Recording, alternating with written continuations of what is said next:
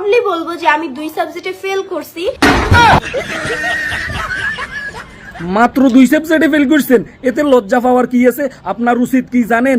Bank party লওয়া, দোল লওয়া, বাদ্য লওয়া, সবকিছু লইয়ে এলাকাতে পাড়া মহল্লাতে মিছিল মিটিং করা যে আমি 2 সাবজেক্টে ফেল করছি, এতে লজ্জা পাওয়ার কি আছে?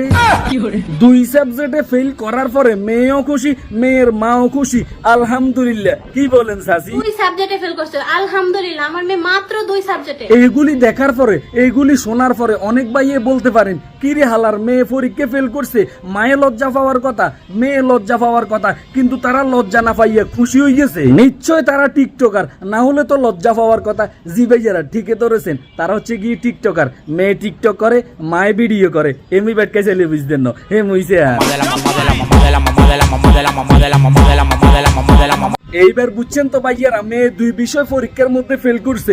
উচিত ছিল মেয়ের মা এবং কি মেয়ে কচু গাছের লগে ফাঁস দেওয়া, কিন্তু তারা ঠিক আছে, ভুল করতেছেন আপনারা। তাদেরকে দেখে লজ্জা পাওয়া উচিত, কচু গাছে ফাঁস দেওয়া উচিত। আর আমরা যারা এই ভিডিওটা দেখছি, নিজের পায়ের জুতা নিজের গালে 10 বারের দর ফিটে আমরা লজ্জা পাওয়া উচিত। বালের কনজবানার মধ্যে আইসে পড়লাম, লজ্জা যেগুনে পাওয়ার কথা হেগুনে লজ্জা পাইতো না, লজ্জা পাইতে হইব আমাদেরকে। আর হেগুনে অন্যায় করব, শাস্তি ভোগ করণ লাগবো আমাদেরকে। মানে একবার ডিপলি চিন্তা করিয়া দেখেন, একটা মানুষ কতটুকু নির্লজ্জ, কতটুকু বেহায়া, কতটুকু খারাপ হইলে এই জঘন্য কাজটা করতে পারে। মেয়ে 2 বিষয় ফেল করছে, এটা সোশ্যাল মিডিয়ার মধ্যে ডাকডোল বাজাইয়া বলতেছে আলহামদুলিল্লাহ। এই কারণে আল্লাহ পাক রব্বুল আলামিন স্পষ্ট ভাবে হাদিস ও কোরআনের মধ্যে লেখা দিছে, যদি তোমার লজ্জা না থাকে তাহলে তুমি যাহা ইচ্ছা তাহাই করতে পারো। আল্লাহ পাক রব্বুল আলামিন তাদেরকে হেদায়েত করুক। আর তারা যদি কোনো অন্যায় কাজ করে, পাপ করে, আমাদেরকে লজ্জা পাওয়ার জন্য তৌফিক দান করুক। তো সবাই ভালো থাকেন,